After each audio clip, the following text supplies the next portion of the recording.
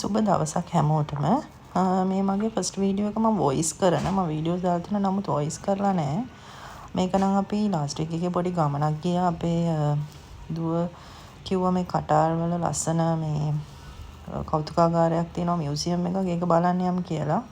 ඒකට ගිය ගමනක් තමයි. නමුත් මම හිතුවා පොඩි දෙයක් ඔයගොල්ලොත් එක්ක ෂෙයා කරන්න.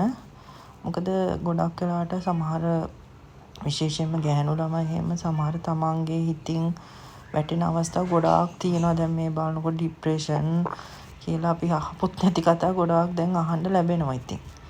ඉතින් මම හිතුවා පොඩ්ඩක් ගැහැණු ළමයිගේ හිතේ තියෙන ධෛර්යය ගැන මට කියන්න තියෙනවා නම් කිසිම විදිහක අපි වැටෙන්න හොඳ නැහැ.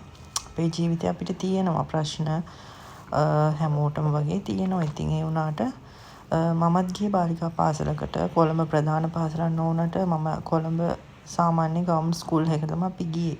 ඉතින් මේ ස්කූල් එකේ හැමෝම හිටියේ මිඩල් ක්ලාස් ෆැමිලි වල ළමයි තමයි ඉතින්.